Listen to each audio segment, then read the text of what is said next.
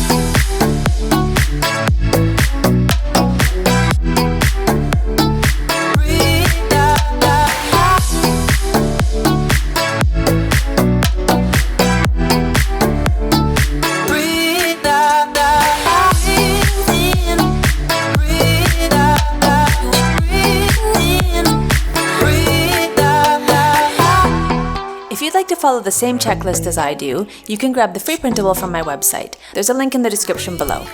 It's just a jumping off point. Of course, if you want to skip or add any items of your own, that's of course totally fine. It's just a point of reference. Thank you so much for watching, and I will see you next week. Please subscribe and like and share and comment.